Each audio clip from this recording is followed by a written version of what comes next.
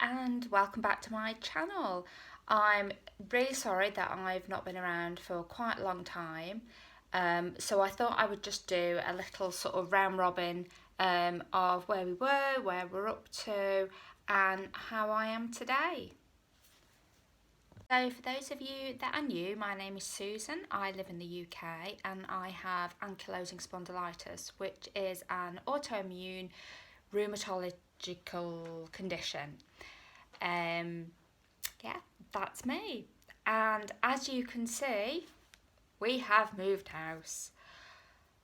Massive sigh of relief. Just bear with me a second. The cat is trying to break the door down. Here we go, cat out of the room. So yes, you may remember back in May, in the first lockdown, we sold our house, and then we've had 6 months of, obviously, a massive change to all of our lives with COVID, but we were trying to move house as well, and obviously we put an offer in on a house, not this house, and that was all going through, and then that all broke down. So we then found a new house, and finally in November, in the second lockdown, we've moved house, and it's just been, obviously it's been very hectic with everything that's going on. We didn't know we were moving until the day we moved, but we are in, and for me, the fact that I'm just on like one level is just so much easier. In my old house, we had like a 3-storey townhouse, and there was the kitchen on the ground floor, the living room was on the middle floor, and the bedrooms were on the top floor.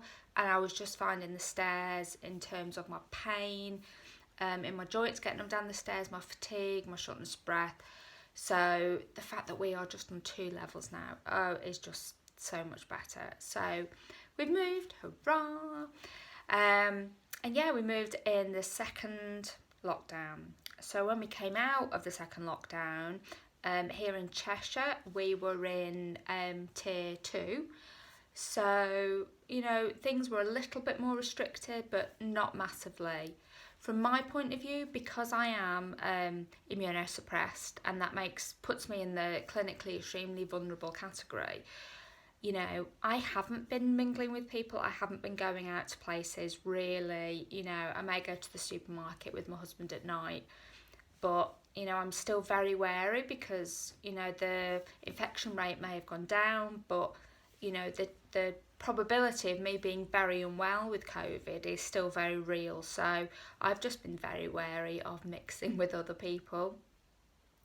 So we came into Christmas, and Christmas obviously for everybody was very different this year.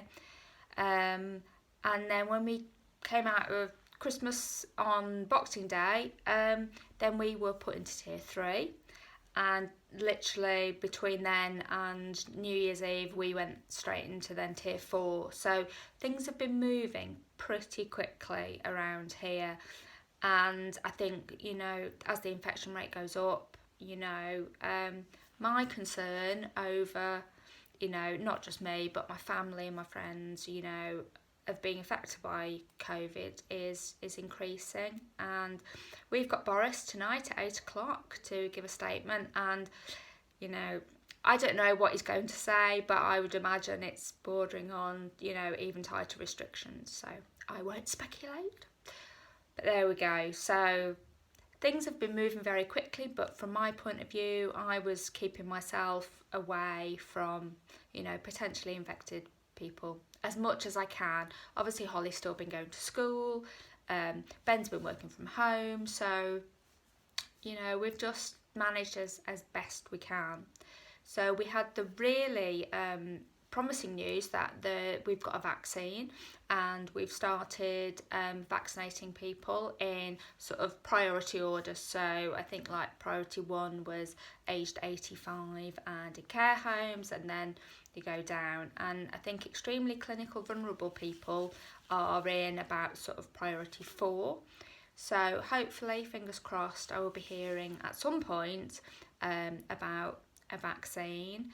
And obviously it's going to be a long time before I think things are back to any sort of normality, but you know, it's a step in the right direction, so very pleased about that.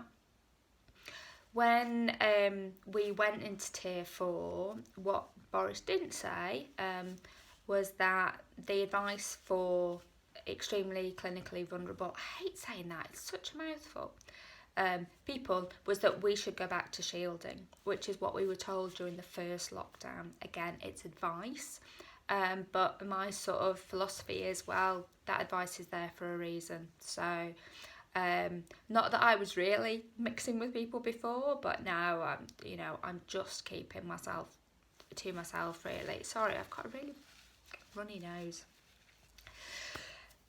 So yeah, so that is me. So, you know, from a positive point of view, ending, you know, 2020, we have moved, because that was a massive source of sort of stress and upset, and we didn't, were we moving, were we not? It was really stressful on top of everything else that's been going on. So we're starting 2021 in our new forever home, and who knows, you know, what's going to happen. You know, it's sort of I just take it on a day by day, you know, a day by day plan, really. But I'm hoping now to be set up a little bit more with my vlogs, and, you know, I've got some content that I've sort of planned out, but just with everything that was happening, I've just not been able to sort of sit down and film. So hopefully, fingers crossed, I'll get myself a little bit more organised and get a little bit more into the flow again of vlogging, because I've missed, you know, catching up with you all and just seeing, you know, what's happening. So from an ankylosing spondylitis point of view, that's been up and down as well. I definitely feel that now that my stress levels from the house move have come down, that my levels of inflammation are starting to settle down.